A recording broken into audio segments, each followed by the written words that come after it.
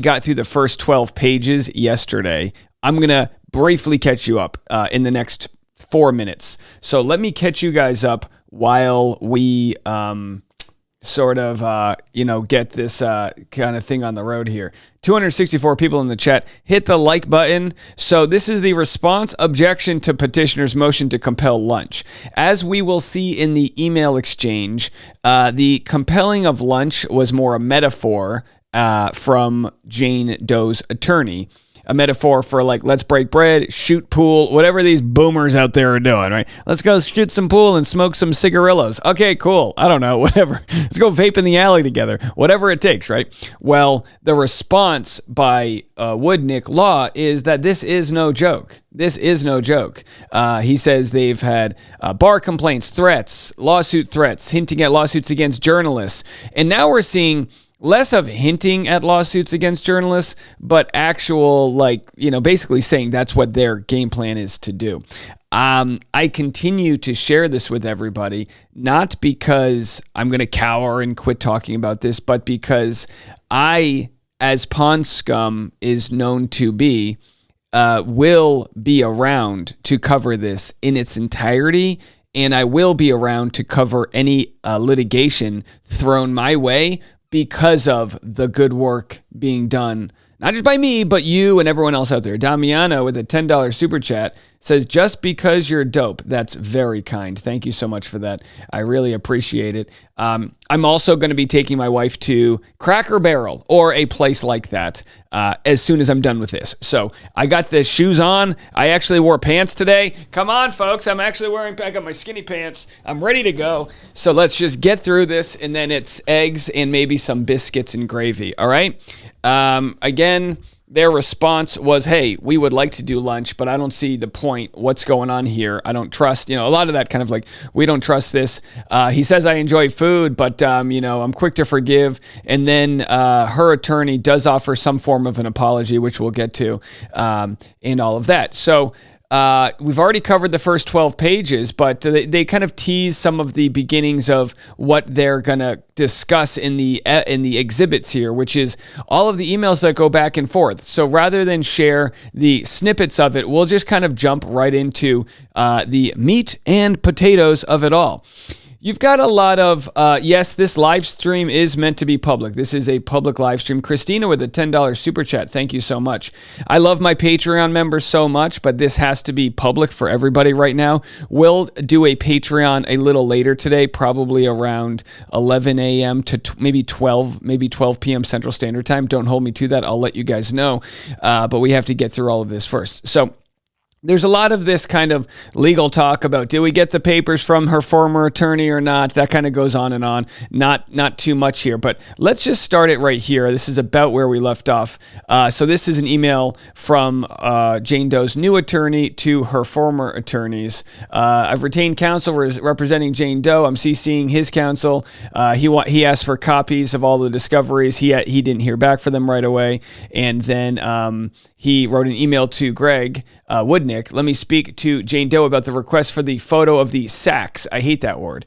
And by the way, there will be some trigger warnings here for some of the conversations happening around, loss of pregnancy. That's really what this whole trial is about. If any of that provides you any trigger whatsoever, I'm telling you right now, you just take this one out and just come, set your alarm to come back in a couple months or maybe a couple years at this point. So yeah, we're going to continue to cover what's in these emails. He says, just to be clear, while I don't mind expediting these issues, it's obviously needed. I don't really intend to commit to a quid pro quo as far as getting you to agree to an extension of time to respond to the motion. I don't think that's appropriate at this stage. So her attorney doesn't want to offer up the evidence that they have in exchange for Greg offering an extension. Greg Woodnick, Clayton's attorney, says, look, I don't want to, you're just the new guy. Okay, we've already done all this. We've already covered all this. We're done. We don't need to do this anymore. So I'm going to show in the coming exhibits the email from Isabel, Greg Woodnick's power attorney. I mean, she's a power attorney. I hope that I know Woodnick. they're not making much on this case, but give Isabel a raise. No, I'm kidding. Or not, whatever. Either way, she's doing a fantastic job. She's built quite the resume here with all of the motions in the oceans, as it were. He said, as you saw via separate email a few minutes ago, I just reached out to Jane's prior counsel to ask for her file. Hopefully I'll have that information, yada, yada. Here's a plan. Again, from Jane Doe's lawyer. I don't want to make a deal regarding the motion. Instead, I'm going to do everything I can over the next few days to dig into the issues raised by your motion and either resolve them by giving you what you're asking for or by investigating the issues sufficiently so that I can explain our position to the judge. I don't accept half-assed, incomplete stories, so I have no intention of giving one to the judge. Okay. Remember that. No intention of giving a incomplete or half-assed story. Since the current response date is Monday, my plan is to either fully resolve the issue before then, or if that isn't possible, at least I'll be in a position to explain to the judge what's going on and why the motion is either moot, without merit, or just ultimately premature because there wasn't enough effort made to resolve the issues. I can't tell the judge what our side is until I complete my investigation into the issues.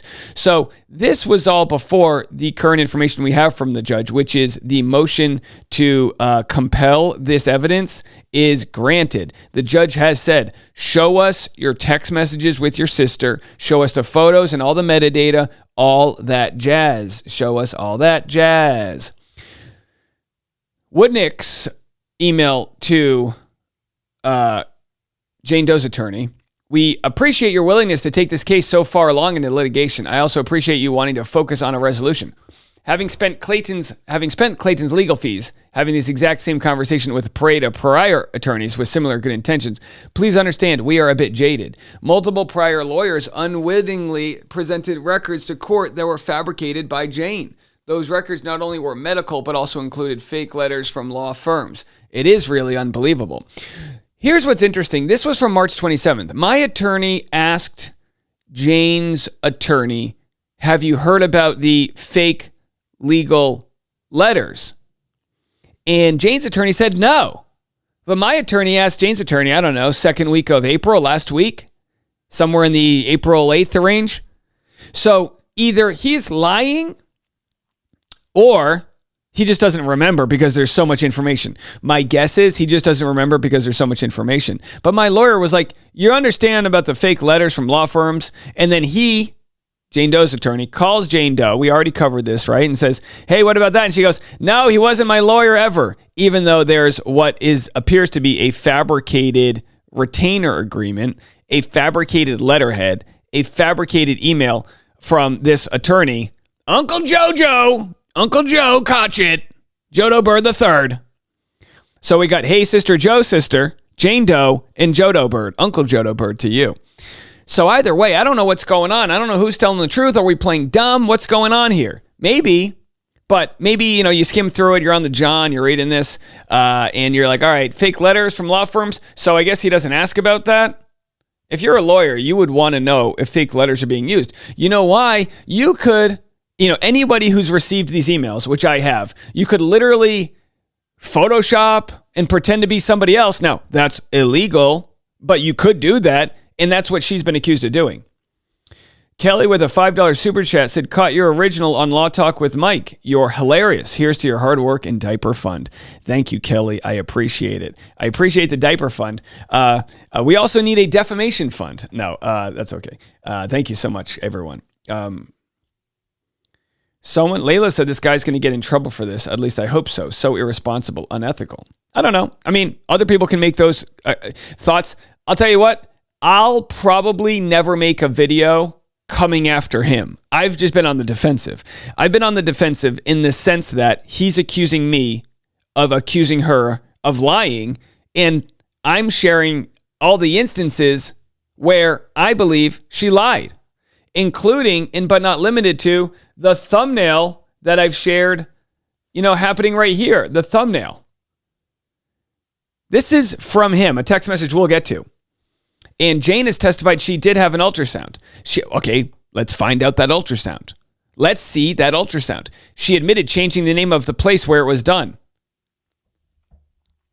Guys, don't make me mad. My dog's sleeping right there. My wife's having a rough day in the third trimester. Don't make me mad. You're telling me that Jane wants to sue me for defamation because I said she's a liar? And then right here, you're her attorney, and you're admitting that you know she lied? Changing the name of a place where something was done isn't just a bad idea. It's medical fraud. And it's lying. What are we talking about here? Now, I understand. In the legal world, you thread needles. You use words to say she sought medical advice, but she didn't receive it. Well, we use words too. Her words. And show where she said, not just her words in writing, but in video, we watch it come out of her mouth, where she said she received medical attention by Dr. McCool. And now, in new papers, we're supposed to be told that she had the miscarriage July 23rd. And his argument, which we will get into, is to say, yeah, but she still believes she was pregnant. Well, I believe she's lying. I believe she's lying. I believe she's rewriting this story. And I believe her lawyer knows that, but he's saying, you can't prove it. You can't go in a time machine and prove it. And we'll get to that in a second. We're looking for a finding that the filing and subsequent filings were malignant. So we continue from Greg Woodnick here. We get that Jane may be judgment proof, as prior attorneys have discussed, but of course that is not the legal standard, and Clayton's ability to collect a fees judgment is not really our focus.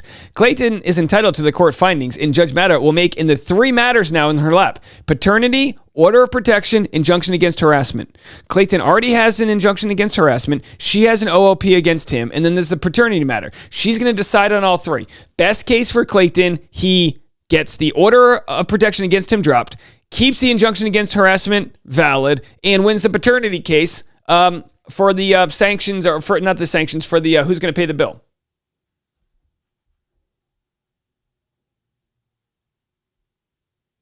Prez with a $50 super chat says, keep up the good work. Thank you so much. That's incredible, and that's for sure a high of the day. That's probably a high of the month, actually, a $50 super chat. I didn't even know they had $50 super chat buttons. But thank you guys all so much for that. Contrary to Jane Doe's beliefs, we do not control the media circus she started. Let's go back up here. The value of that judgment may only be on paper, but TEDx Jane, Medium Jane, Reddit Jane need to be recategorized as fiction. Because she will, the minute you are out of the case or sooner, as she did with Corey, start spinning more yarn, emailing the media, and sabotaging more of Clayton's professional endorsements with her nonsense. Note, there is currently an investigation regarding Jane Doe pretending to be a Black Howard University reporter who does not exist, and distributing an article in the middle of this case attempting to cancel Clayton, claiming he was involved with the use of the N-word. That was October 13th. A full 3 months after she would have now miscarried. Is it punishment she seeks? Is that what it is? Contrary to Jane's belief, we do not control the media. But if Jane wants the reporters to run out of material, she needs to stop feeding it to them. She should go to whatever DBT inpatient program can help her stop living in a perpetual con. She needs to admit to the fraud, dismiss the protective orders against Clayton, Michael, and Greg, and have you help her write a public apology. I am not a cast member, but she would also do herself a world of favor if she included in her apology the malignant allegation about both Greg Gillespie and myself that she made to Judge Backus in her public apology. That said, we know that Title 25 court only can do so much here, and the paragraph above is pie in the sky. Still, Clayton is exhausted emotionally and financially, but he is fully committed to this litigation until we get a judgment that he can show the world. He doesn't want to settle. He doesn't want to deal with extortion. I'll sue you for $1.4 million. Where did that lawsuit go? Where's the $1.4 million lawsuit? Has your up-counsel lawyer not gone back to you yet? I thought she was going to sue him for $1.4 million. She had it ready to go. Or was that an attempt to get him to drop this case?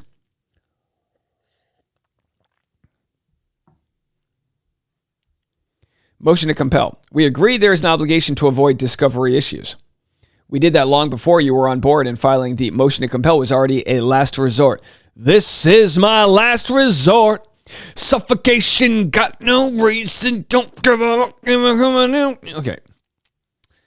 I'm hangry, and I want those eggs. Not hers. Cracker Barrel legs. We did that long before we were on filings. Clayton is not willing to withdraw it at this time because we are 10 months in. Jane faked medical records and we have a trial date. So I think we can all agree she faked medical records. Now, if you want to say, well, it's not faking it. She sought to change the name of the records. Well, I mean, I'm at a loss of words. I don't have as many words as he does to describe what's going on. I'm going to seek mental help probably when this thing's all done. We would consider a brief extension for a response as a professional courtesy to you, as this is not your fault, but with some contingencies. Any extension would require Jane to immediately provide the picture she now suddenly claims she has of the fetuses that she testified she deleted and did not have her iPhone anymore, and that her sister deleted them. How convenient. That information would be provided today from you. It will be time, date stamped, and will put an end to the great mystery of when the alleged miscarriages happened. Remember, she stated in court that she did not know. She stated in deposition the same. So how wonderful it will be to know by the date stamp on an image that will also be in her medical records from the telehealth doctor she sent the image to. We are eager to read the records from the doctor who told her not to worry about miscarrying 20-week twin fetuses, which would actually be a fetal death, warranting a death certificate under law. She must also immediately provide the name of the telehealth provider. So, okay, they're asking for all this information. They're not going to get it. Jane knows there are no medical records that support her fake pregnancy narrative, as confirmed by the 7+ providers who have no records of ever seeing her, notwithstanding her deposition and testimony in 2 protective order proceedings. I trust you have reviewed the records from Planned Parenthood, Dr. McCool, Dr. Higley, where they confirm their client was never a patient there. We will issue another HIPAA records request for the Banner records, but expect them to similarly be lacking in evidentiary value. All the Banner records show is that she tested positive for HCG, I believe, on October 2nd. Unless there's another date out there. We appreciate you have a lot to sift through, and you getting a brief extension is reasonable, but we need the telemed provider in the picture that has now magically appeared today. Once we receive these, we can discuss what length of an extension is reasonable and further discuss resolution options. Please do not take our instance here personally. You may withdraw or be fired before the ink dries here, and we need to move this forward. If it resolves sooner, that would be wonderful and welcomed. Greg and Isabel. So here's an email to Greg and Isabel. Quick follow-up on a few things. Per the attached email, I just learned that Jane's first attorney is no longer with a law firm. Unfortunately, the bar records show she lives there. She's moving to Texas. Yuck. Sounds like getting a copy of the file from Lexis might be a challenge. Okay. After not hearing back from Corey, I gave him a call this afternoon. I wasn't unable to reach him. So he's trying to reach them. He said, as promised, I have talked to Jane about the fetal sac photos, and she has produced copies of those photos to me. I have them in my possession right now. I don't know if it's because I'm not an expert, especially in law. I don't know if it's sort of cocky or what it is to mention, like, I've got this right here and not share that. I mean, you can't claim you don't have it. You have it. You have her photos. I'm prepared to disclose these to you along with some additional information. Jane found additional information showing a consult with a healthcare provider at the time the fetal sacs were discharged, or whatever you call it. But Jane is concerned about these photos being released publicly, and she has asked me to request that you agree to a protective order as to them. I mean, look, there's probably a way that he could have FaceTime, I don't know, share. The reason why Woodnick wants them hard copy with metadata is because of the fraud that has been committed in the changing of, we know she's able to not do a good job forensically of changing these things, but she has changed them. He said, I finished reading Jane's entire depo, which was extremely helpful, but the copy of the transcript provided by Isabel did not include any of the exhibits. I can see on the record that Corey ordered it complete. So anyway, they're going to look for the exhibits and blah, blah, blah. I appreciate the effort to excise Jane from this mess she caused, but we strongly disagree with your analysis of Rule 26. So this whole Rule 26 thing, I don't want to speak too much about, but Gingras, Jane's attorney Gingras, thinks that Woodnick has taken a misstep here on Rule 26. Rule 26, Gingras believes they didn't properly give Jane Doe a 10-day window to drop the case. They believe they did. Isabel from Woodnick Law gives this long sort of email about all of the case study or law about how they are in the right with Rule 26. He has his belief on Rule 26. They say, Greg says, Jane's effort would be better spent complying with the uncontroversial rules like Rule 49 disclosure. Our experts are waiting for the miscarriage photos and the simple name of the doctor that she sent the image to per her testimony. Brian Neumeister is prepared to examine the images as well. You said you had the information and they are beyond overdue. I trust you saw the discussion between Jane, Corey, and the judge on the issue of the alleged miscarriage in our most recent status conference. This is not about you. You have been nothing but professional and we appreciate it, but we have had these conversations with our prior attorneys. We have been in front of the judge. We now have all 3 proceedings before Judge Matta, or at least the 3rd should be en route after our recent motion. I've also attached the unredacted email to Jane's prior attorney. So anyway, this goes on, this idea where her attorney wants to litigate Rule 26. Greg Woodnick doesn't want to litigate Rule 26 because it's sort of a side story to the point which he files a motion to dismiss that rule. R. Lewis with a $25 super chat said, we appreciate you, Dave. Glad you're not letting their BS threats stop you. The truth and facts are on your side. Well, thank you so much for that. I really appreciate that. Oh, Luis with a $20 super chat said, Dave, keep up the good work. You are making a difference on behalf of all of the victims and those yet to come. This case is going to set legal precedent for future liars to prevent this from happening in the future. There's a lot of things I can't talk about, behind the scenes things that I have going on with regards to receiving these threats of lawsuits, but just know I'm doing what I can to protect myself while also knowing the best protection that I have and for my family is to continue to share this absurdity. The best protection I can have is getting folks like you to DM, send messages to people that you might disagree with politically on a lot of levels, but lawyers that are huge in the news. People with law degrees that can speak about this and share it with their audience. People like Megyn Kelly. These are the people we need to reach across the aisle with and get in touch with so that they, with their law background, can put an end to the bullying and put an end to what's going on here.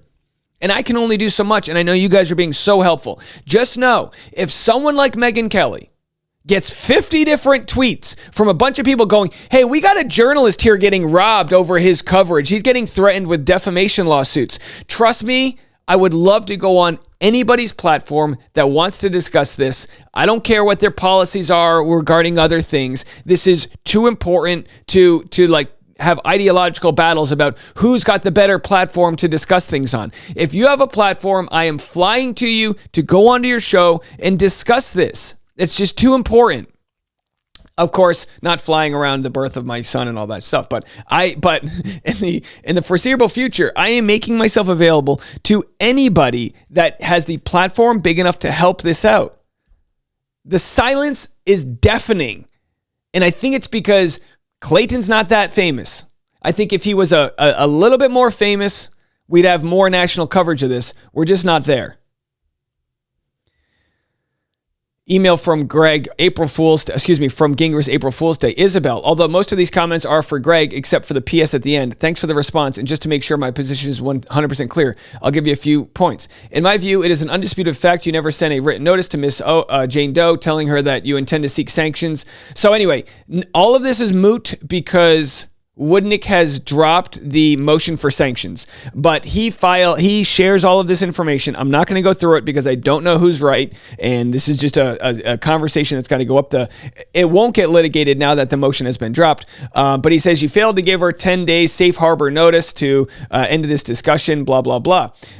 She will be bringing her own motion for fees. If you withdraw your Rule 26 motion within the next 10 days, I cannot ask for sanctions in my Rule 26 motion. So they withdrew their Rule 26 motion because that wasn't the bigger argument that Woodnick was trying to make, and he doesn't want to spend more time litigating this when the bigger issue is the issues that are who's at fault for the bill here. If I was in your, and this is where Gingrich offers advice to Woodnick. If I was in your position, I would seriously stop and think about that before telling me to go F myself. You can literally avoid about $35,000 in risk simply by admitting you made a mistake and then doing the right thing. If you decide not to take that safe harbor, it's your decision, but a pretty freaking bad one. One final comment that I think should be mentioned. Isabel, I know you're a new lawyer. And by the way, this is so insulting to Isabel. Isabel has been nothing but she's pitched a complete game here. She has done such a good job in my layman's view of what's going on here. And I'm sure lawyers will speak on her behalf. But to be like, I know you're new here, but this is how it's done. I'm sorry. I would be so pissed off if I were her. I know you're a new lawyer and none of my comments hostility are directed at you. Getting familiar with the practice of law is hard and it takes time. So please do not feel any concerns about me threatening sanctions towards you or whatever, because I'm not. If we have to go down that road, the dispute will be between myself and Greg, not you. I will make it clear to the court that none of these arguments are directed at or towards you. 1,200 people in the chat. Thank you guys all so much for being here. I really appreciate it. This is just too important not to cover here. And again, as soon as I'm done, I'm taking my wife to go get breakfast because we're starving. Tara with a $2 super chat said, you need Emily D. Baker. I've reached out to her. I know she's busy. I don't blame her. The response from Isabel. Isabel responds, David, Greg and I are both occupied, but we will be able to call you later this afternoon once Greg is out of mediation. He needs to be on the call as he is primary on this case. Your request to meet, reasonable, did come over the holiday weekend, and I don't think the court expects us to drop other obligations to get on the phone the same day. That being Easter, which is what, a 3 or 4 day weekend. Still, we will do our best to make this happen. This afternoon, as Greg just messaged me that his mediation with Jared Sandler is moving along. Here is a brief assessment of the case law you cited. Please note, this was gleaned in roughly 20 minutes. Rule 26, and then she provides the different information as to why she disagrees with him. It's a lot of smart stuff. Gallagher is a trial case and not binding precedent, but the analysis given therein is relevant. Gallagher says that the safe harbor provisions are ARCP 11 are construed strictly in... Okay, so she goes on and on. We will flesh this out further in the anticipated response to the motion. We will call you as soon as we are able to, which should be later this afternoon. And then, of course, his response to them, I know you are not going to concede the Rule 26 issue, which, by the way, they did. So we're obviously going to have to litigate that point. So it comes down to them, I believe, not wanting to litigate this point because it's just like not the heart of the case. We'll continue. From Greg Woodnick, David, I appreciate that your effort to excise Jane from this mess she caused, but we strongly disagree with your analysis of Rule 26.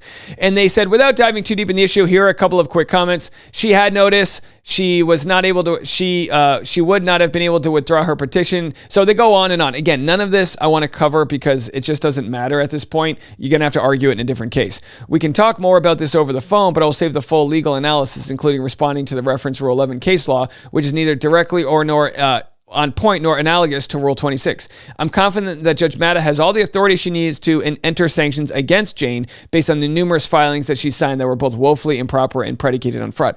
Here's what the case comes down to. Clayton wants to be able to say that he was the victim here and doesn't want her to make TEDx Talks, a very, very less important than TED Talks. Sabrina with the $5 super chat for your next coffee. Stay strong. Oh, Sabrina, that will be this afternoon. Thank you so much. So yeah, big legal crush on Isabel from all of us out here. We appreciate her so much. And also, they just don't want to argue it. So we move on. We move on. Page 31. And it does go a little bit faster. I don't necessarily want to cover this because it's still over that 10-day notice, pre-filing thing going on. Obviously, a significant issue given that by the time this matter reaches trial, the fees incurred by both sides will likely exceed $100K. It is also a clear error of law, which would be an easy matter to reverse on appeal if the judge were to consider a motion for sanctions that was filed in complete disregard to the 10-day notice requirement. Because there is a substantial financial value in this issue, and because the law is so clear at this point, I obviously intend to litigate this specific issue as far as necessary, so we need to have a thorough discussion about it and soon. Okay, so I believe, and you can let me know in the comment section if I have this wrong. Again, not an expert here. I believe that her attorney believes them dropping the Rule 26 sanctions means the rest of the case needs to be thrown out. So they believe that Jane Doe's side believes that if they go to appeal, if they lose this case, and go to appeal, it'll be reversed. That's what they believe. So it looks as if it's her strategy to go to the appeals court after receiving whatever verdict comes here.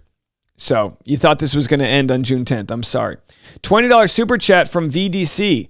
to take Tasha for brunch. All right, we're going. No breadsticks at brunch. No breadsticks, but we will be doing biscuits and gravy for sure. I will post a photo on my Instagram of those biscuits and of that gravy. So it keeps on going. April 4th. Greg, thank you for the email, and your words are noted. I'm obviously a passionate person, and my words sometimes reflect that. I do my best to remain professional with you, and I'm allowed to be upset when I see something that I think crosses the line. And again, that upset, he had, dirty deleted the comments he made about me and Megan calling us pond scum, and that he wouldn't be sad throwing out our obituaries, all that stuff, right? I don't want to escalate the debate, but as much as you may have concerns about my words, I also have concerns about your conduct. Lying to me and or lying to the court are much more serious problems than me tweeting comparisons to an MMA star. But you have asked to tone stuff down, and I agree with that view. So I'm not going to push the issue further at the moment unless given no choice. So give me another choice. As for the other points, you mentioned a few comments. I'm aware of no court order that would stop Jane from publishing her own medical records. I am aware there is a minute entry order dated February 21st that says, among other things, no party shall disclose outside of themselves any medical or any other documentation. I was obviously not present when that order was entered, so I may not have the full context, but my reading of this is that Jane Doe discloses medical records to you, you can't share them publicly, and if Clayton shares records with us, we can't share them publicly. That's typical. They go on. If you interpret the order to mean that Jane is somehow enjoined from publishing her own records for the purpose of responding to false statements other people are making, including Dave Neal, who Clayton is clearly working directly with, you need to let me know that immediately so I can take the issue up with the judge. There has not been one shred of evidence that Jane Doe has shared with me that we have not shared publicly. So to say I'm working with one side and not the other, how about one side is not working, and that being Jane Doe's side, by not sharing any information whatsoever? In fact, Jane Doe has only wanted to share with me evidence that she didn't want me to share publicly. Baby bumps, ultrasounds. And why would that be? Why would she want me to see evidence but not let the public cross-examine it? I think we can all imagine, because when the public cross-examines ultrasounds, they see that they are fake. And the ultrasound in question is one they're not even litigating here, which she denies is hers, although Clayton Echard's side says we have a forensic investigator who will prove the emails of the ultrasounds came from her. Because she says, oh, that ultrasound, that is clearly 6 years old. It's a 6-year-old ultrasound. She goes, that's not mine. So we have two different things, right? We have zero effort by her attorney to argue about the actual provably false ultrasound. And then we have this other ultrasound, which she doctored, which I have no idea where it came from. I have no idea if it hasn't, ultrasounds, while they are like digital footprints, like they are all unique, could you alter an ultrasound so that it's not Google reverse image search? You could. She's been accused in the past of reverse Google image searching and of ultrasounds that are found on blogs that are years old. So with regards to this case, to say I'm working with one side and not the other, my DMs are open, bro. And if you want to share with me those fetal sac photos, I could take a look at them, but I can't promise I'm not going to share them publicly, because the public, the thousands of people covering this case, are doing real work, finding out where all these images are coming from. And guess what? Like the ultrasound, they aren't coming from her original metadata from her iPhone. They're coming from blogs. Provably, they're coming from YouTube. 6-year-old videos.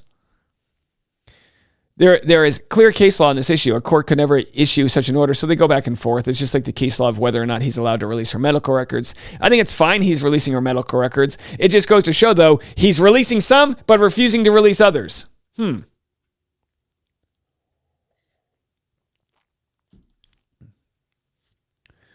threats of defamation lawsuits could wring hundreds of thousands of dollars in legal defense funds by me, and millions, up into the millions. So if I'm crossing my T's and dotting my I's here, it's because I don't take these threats lightly. Jane's medical records were filed in a pleading submitted to the court, which is public record. There's no protective order against this. They go on and on. Second, you may not believe this, but I want to make sure it's clearly explained. Jane does not want to fight this battle with you guys. She would strongly prefer to stop all the insanity immediately today. Now that I've had an entire 10 days to catch up, I can see why people like Dave Neal would not want this, because he is making money by exploiting the situation. Listen, I cover Bachelor Nation news and entertainment news. I'm making money covering all the stories I cover. My financial situation should mean nothing to this case, because if it ain't this, I covered Johnny Depp, Amber Heard, right? I covered Gary Turner this morning. I covered Tyler Cameron yesterday. I covered Hannah Brown. Charity got her boobs done. I cover all of that stuff. Now, his algorithm might only be getting these stories, but this is but a slice of the pie. But a slice of the pie. And if I had a magic wand that makes this whole thing go away, I wave it right now. Clayton gets to go free. He's an innocent man. Her things never existed, and I didn't make a penny off of this. Bye. Done. Done. Am I exploiting a situation? Did Clayton's father accuse me of exploiting a situation? Or did he hug me and say, thank you for believing in my son? Thank you for fighting for truth. We are so lucky that YouTube exists so that idiots like me can provide idiots in my audience a full pond for our little pond scum to unite to expose ridiculous situations that were happening right under our nose. I see money raining in from people that want to support me because they know financially the best weapon we have is knowing we can't be bullied by people telling me I'm going to be sleeping on the streets. Sarai, $10. More baby stuff for baby Neil and more thanks for always staying true to yourself. You're a true friend indeed. Thank you, Sarai. I haven't heard from you in a while, Sarai. It's good to see you. And you don't have to send super chats for support, guys. That's not the point. I will accept them, but that's not the point. Daniel, $5. Dave Neal is making money from this case, says the attorney making over $300 an hour from this case. Yeah, he's the one representing a client with deep, deep pockets. Shayna, $14 super chat. Thank you for helping to expose this case. You're welcome, guys. This case has provided Dave with endless content, and when you are a social media guy like Dave, content is literally the same thing as money. It's too bad that he is likely going to lose a lot of money when Jane sues him, but that's a discussion I will have with him separately. And he did make the same, 15-page email to me, telling me basically, hey, and we'll see where he essentially says, people like Dave, they better have a tent because they're going to be homeless. That's the threat he's making to me with a 38-week pregnant wife. If Clayton wants the public fighting to stop, great. Let's make that happen. Let's resolve this today. Jane is happy to do that. No, Jane is only happy when she gets her way. And like holy water on a possessed person, her neck is spinning right now. Jane's only happy when she gets things her way. She sued me and everything she wanted. Oh, I don't want money from Dave. I just want him to take his videos down. That's all she wanted, was to no one understand this story in the future so she can go on, either perpetuate this hoax again or just, learn her lesson and move on. No, she's being held accountable by her own words, by her own timeline. And if that means I have endless content, so fucking be it. If that means I got to make videos every day, then so be it. The only thing that's holding us back right now is Clayton. Good God. Leanne, $5 super chat. Truth is important and worth every penny. The only thing stopping her is this coalition of people talking about this every day. And if you look back and say, well, they've made 90 videos about this, there probably was 1,000 videos worth making. I can only do so much. And I'm not the only one talking about it. She's fixated on me. I get it. I got a strong hairline. She's got a crush. I understand. We're done. Sarah with a $10 super chat. Dawn with a $10 super chat. Thank you guys so much.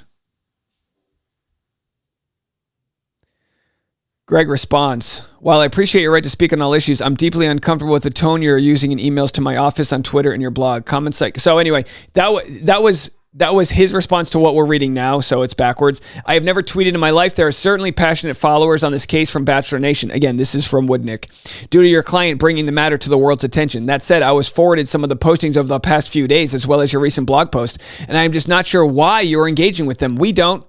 By the way, I'm not engaging with her lawyer. He's the one putting my name in his bio. He's the one saying my name in these emails, saying my name publicly, threatening, sending these weird sort of things.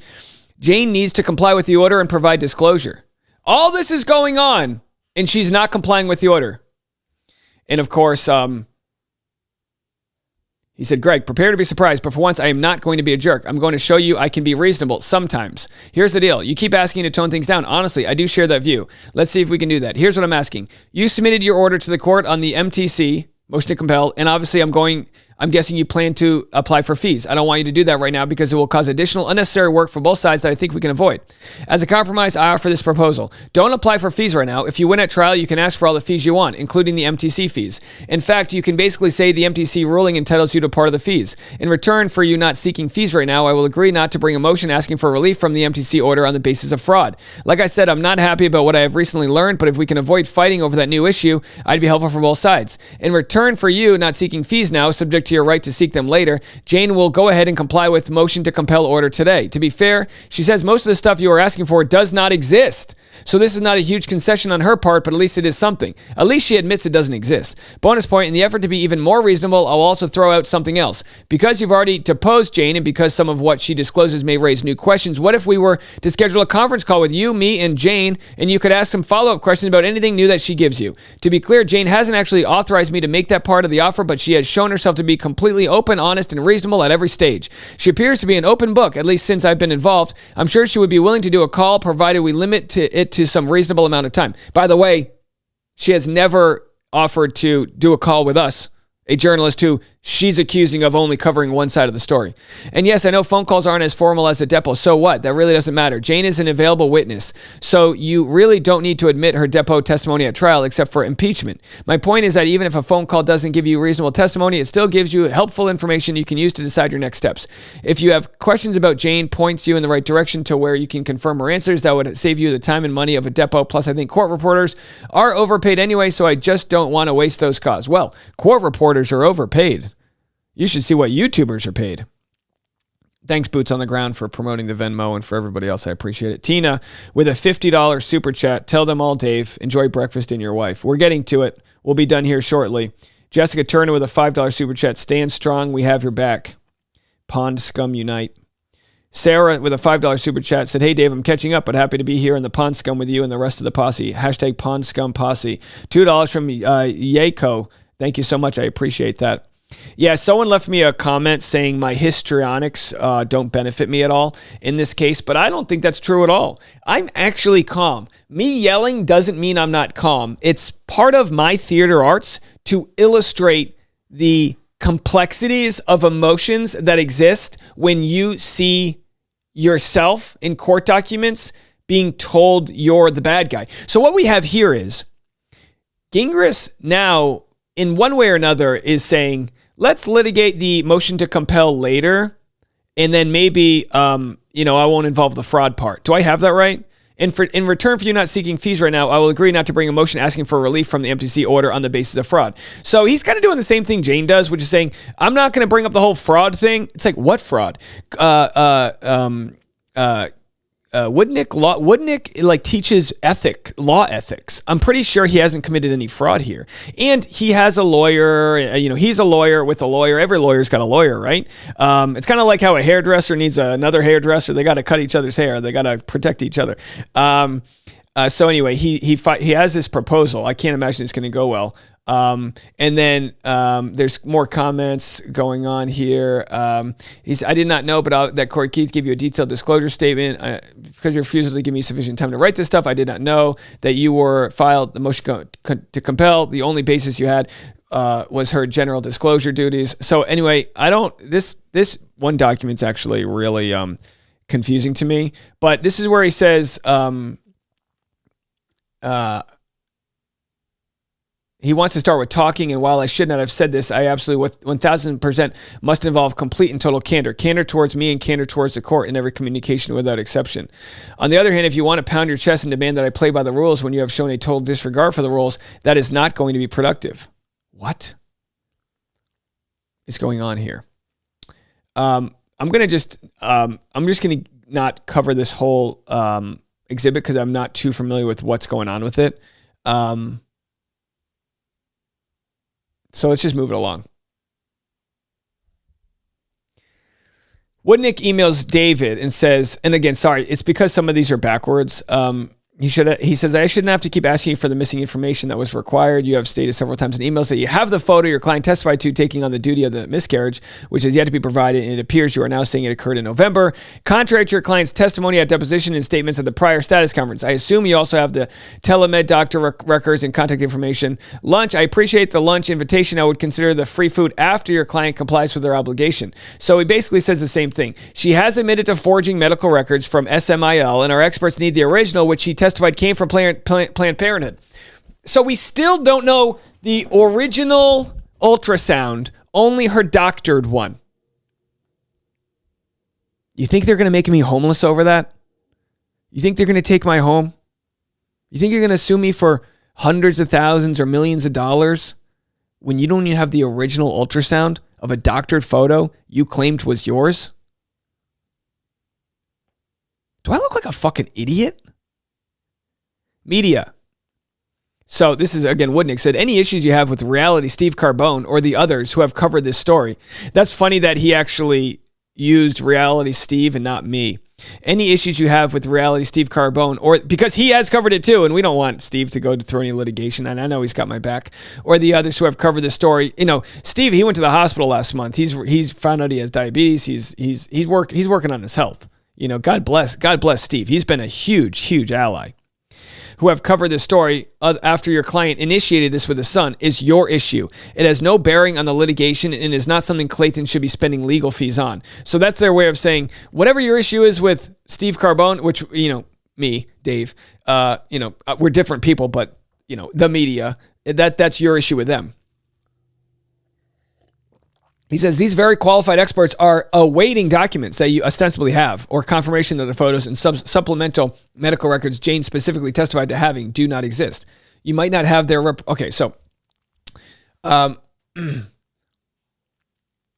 Gingrich said, Greg, one other quick follow-up, which I'd prefer to do in a call, but happy to leave this in an email for now. I just talked to Jane about the expert disclosure thing. I've said this before, and I am usually very robotic and pretty strict when it comes to following procedural rules. That means if everyone follows the rules strictly, I'm happy, and if people don't, I'm not. 1,400 people in the chat. Thank you so much. Hit the like button. Hey, honey, you good to go in 10 minutes? All right, 10 minutes, we're going. We got a ton of biscuits and gravy. My wife's really pregnant, guys. Really gonna need those biscuits, and we will be taking a photo of them to prove all the biscuits and all the gravy will be bought today. With respect to your experts, I'm guessing you really aren't planning to call them. So Gingrich is calling Woodnick's bluff and says, respect your experts. I'm guessing you really aren't planning to call them. There just isn't enough time. And if there is any value in their testimony, which I can't tell due to lack of detail in this disclosure, that value seems like it would be minimal at best. Can we get a motion to extend the court trial to 8 hours? I mean, if Gingrich is right about one thing, it's that there just isn't enough time. And if we really want to hear from these experts, we need more time here. We need more time for the truth to come out. Initially, this was supposed to be 45 minutes. I say it's got to be at least a day. Jane and I are such reasonable people. We actually think maybe it would be okay if you really want to put one OBGYN on the stand.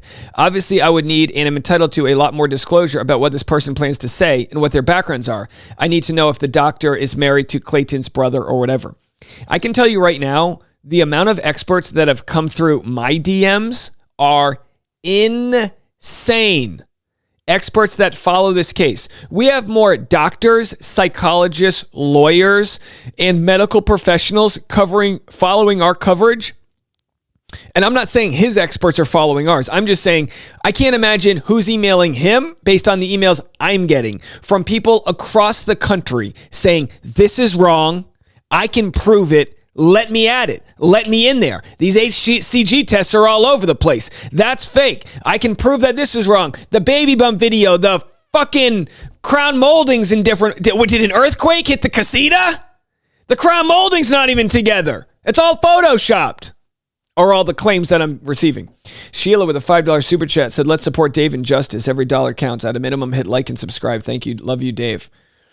Look, he can accuse me all day long of doing this for money. You don't understand. You just don't understand. And you don't know where I've come from. And I understand money is equity and is power. And that is what is needed right now to go up against your client.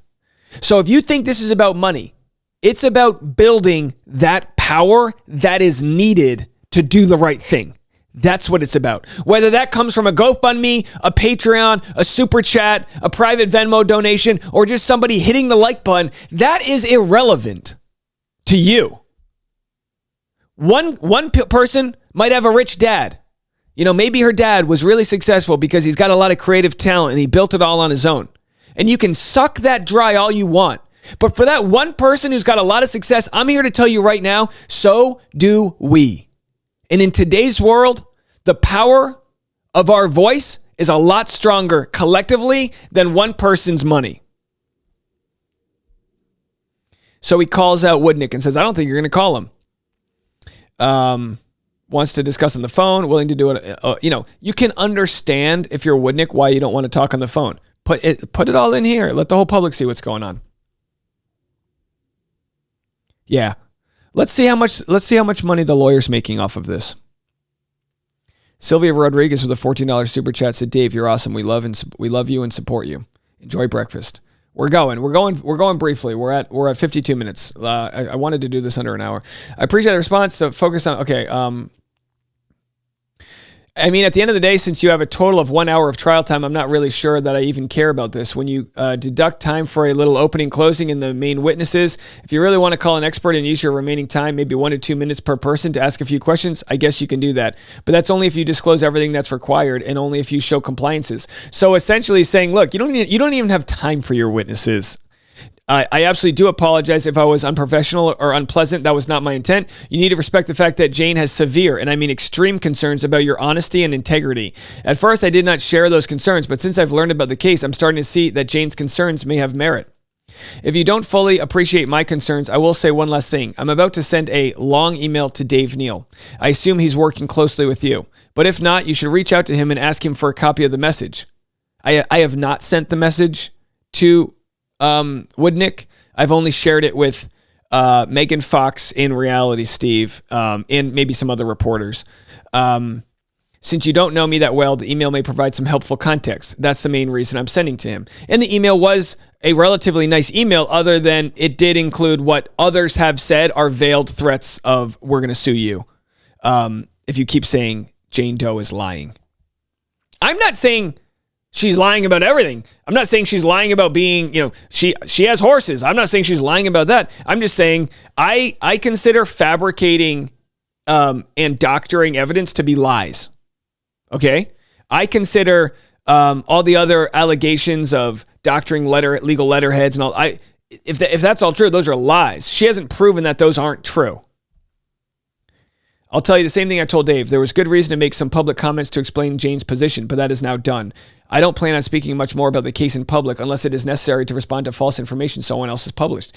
Hope that makes sense. Guys, I don't know anything he shared publicly that's new information. Maybe the HCG test, which just leaves more questions than answers. So he sort of tells Isabel, he's almost dangling Isabel to Woodnick, saying, hey, I might come after you guys for fraud. And now he's also telling Woodnick that Jane has plans to sue me for defamation, a journalist covering this case. What should that have to do? What should that have to do with Woodnick? Gingrich might say it's some sort of professional courtesy. Hey, I know he's your guy. Look, I'm not Woodnick's nephew. I'm not Woodnick's sort of like earpiece. I see the motions. I read them. I share my thoughts. From Woodnick. We're almost done. I have 2 disclosed medical experts who would like to see the photographs, Planned Parenthood and the telemed records in the alleged miscarriage, as it may impact their efforts. Brian Neumeister is prepared to review the data as well. Please provide the disclosure and then we can discuss resolution options. I appreciate that you say you will tone things down, but that is contrary to your recent blog posts and continued activity on Twitter. I respectfully disagree with you legally, but that is what the court is for, not for the zoo, like Atmosphere Online. With regard to the YouTube and podcast crowd, remember that was actually created last year when Jane was posting and arguing with Redditors and sending ostensibly altered data to Steve Carbone and others. She emailed a fake ultrasound to Steve Carbone, who sent it to me. She then denied it. It came from her email. It came from her Dropbox. It's got all of her metadata. She claims Greg Gillespie hacked her. I call that a lie. As for lunch, I enjoy food. He goes, but not now. So he declines the food offer. It's been a week since, so then he says, it's been a week since I've spoken on the phone. He wants to get in touch and do this motion for lunch. And then Woodnick says, I don't think so. We just got to keep going. So these are some of the previous emails and then the exhibit, new motion file. So see, these are some of the tweets, exhibits. This was the motions that Gingras shared publicly, which like, I have no problem with him sharing it. It's like, if his client's okay with it. So this is where he says, these people, me, Megan Fox is who he's talking about, are generally blogging or hosting YouTube videos every day to talk about the videos, every day to talk about the case.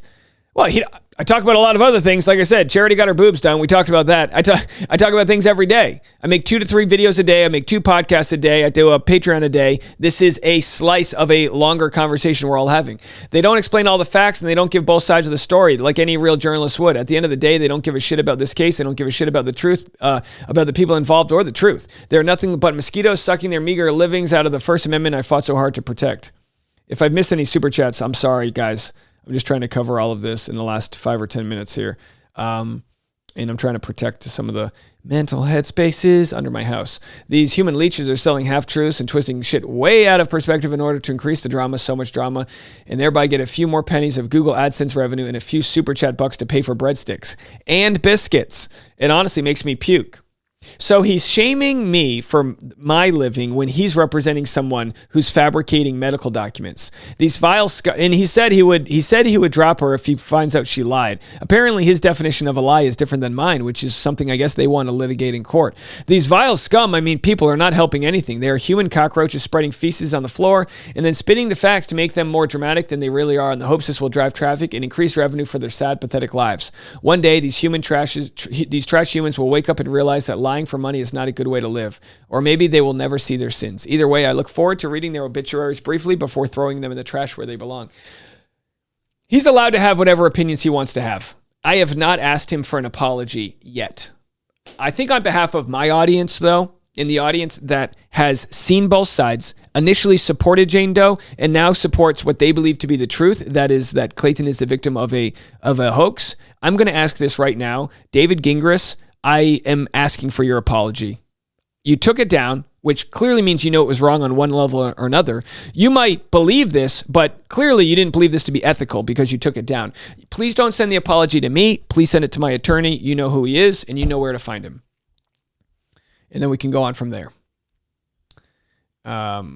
He says there's lies and misinformation. He basically says Alex Jones lied about Sandy Hook and had to pay $1.5 billion in damages. He says the people who have accused Jane of lying are probably going to end up sued for defamation. Again, those are threats that I'm going to be sued for defamation.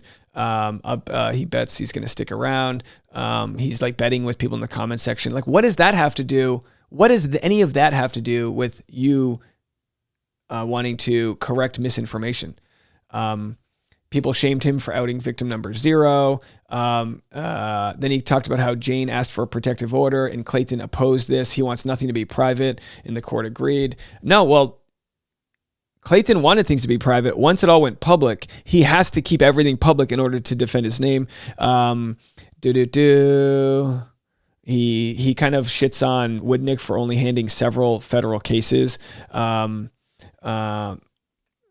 He says Jane had multiple positive pregnancy tests before she filed this case. Not one, not two, multiple positives, including one purchased by Clayton and taken directly in front of him, which was positive. I'm still new to the case, but the evidence and the point appears to be 1,000% clear. She took a pregnancy test that Clayton bought in front of him. She took an HCG test. Clayton has a duty to disclose evidence. It's pretty simple. Someone said she admitted to doctoring ultrasounds. He said the woman lawyer took a job in another state. Jane has testified she did have an ultrasound. She admitted changing the name of the place where it was done. Bad idea, but she stands by her story. So what if it was twins or not? Whether it was twins or not is not the point. The point is that where's the original ultrasound and why did she alter it? And then he kind of gets into some of what his case is going to be. If you feel that a positive lab test doesn't prove anything, that's fine. It's your opinion. Legally, you're wrong.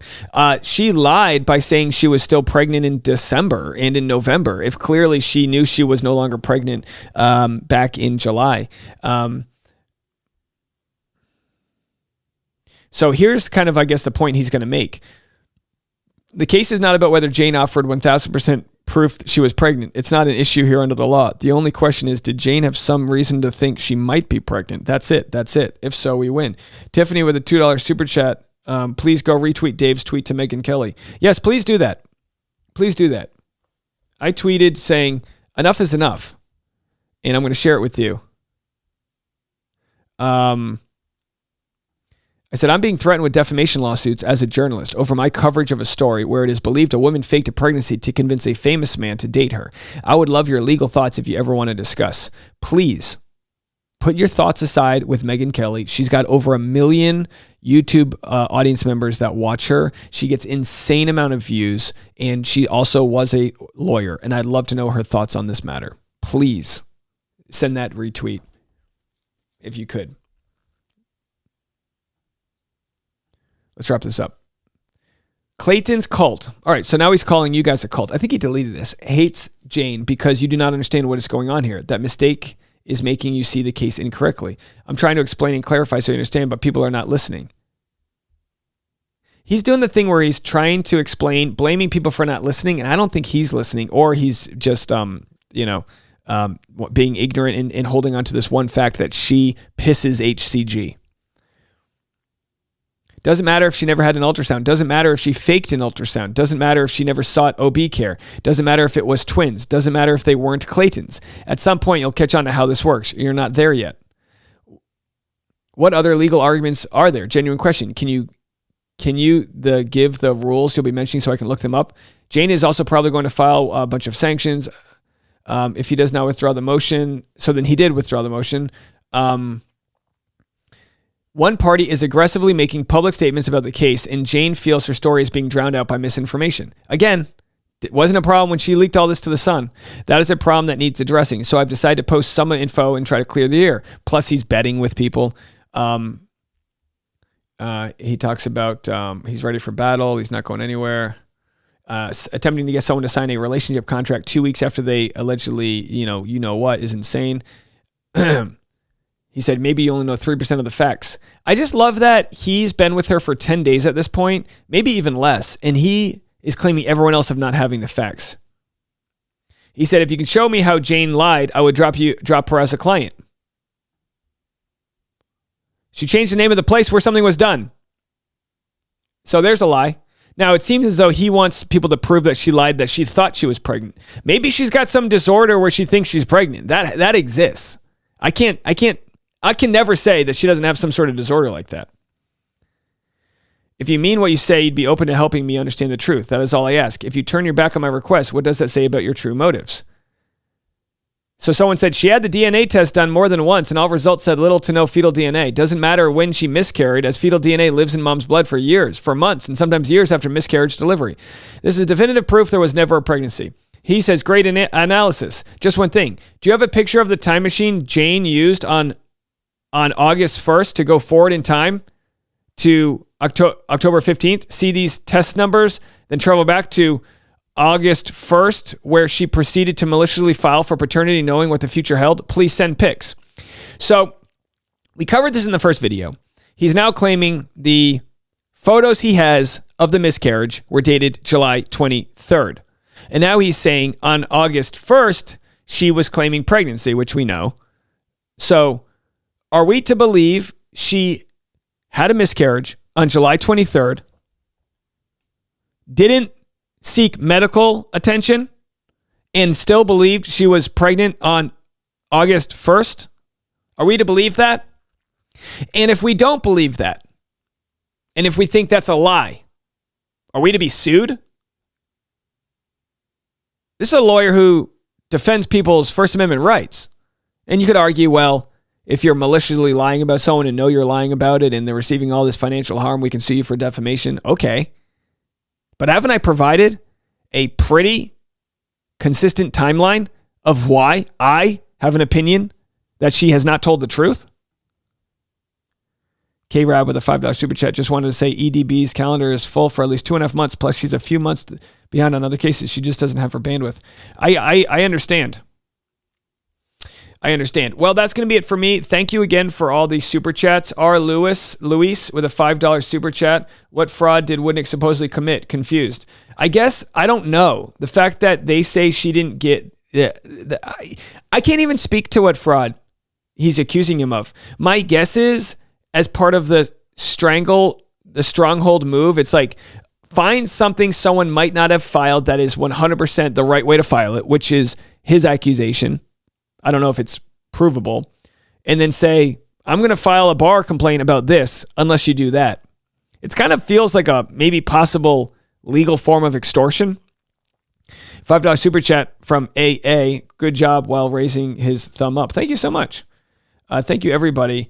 Oh, and with a $50 super chat. All right, I'm ready to go. We're going straight to breakfast. France with a $20 super chat. This saga is going to be on Netflix one of these days, and Dave will be one of the main actors. Well, do me a favor.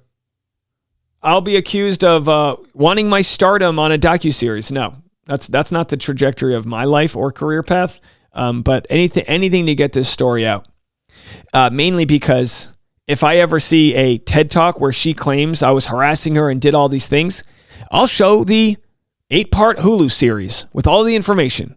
That's why I want a documentary made, just to protect me from any future misremembering of what actually went down. That's why I've got 100 videos. Colton with a $5 super chat.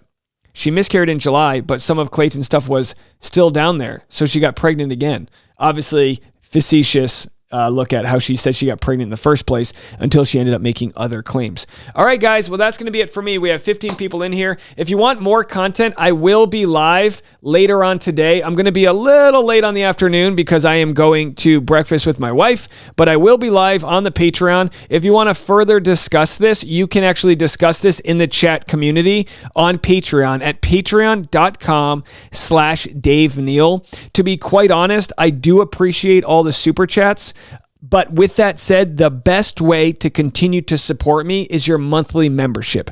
It is the biggest form of protection we have against all of the threats coming our way. I don't mean that as hyperbole. You read them yourself, and I think you understand as much as I do that the biggest way to even prevent the lawsuits from coming is for them to know we are not cowering, backing down, or going to limit our coverage that we believe to be truthful. We're not going to do that. It's going to cost them a hell of a lot of money if they want to litigate this defamation case in court, and we're prepared to fight with every resource, so many of which we haven't even called upon yet. That is something I'm doing to protect my family, myself, and the truth here, and I'm fully prepared to do that. Thank you guys all so much for the love. Again, patreon.com/Dave Neal.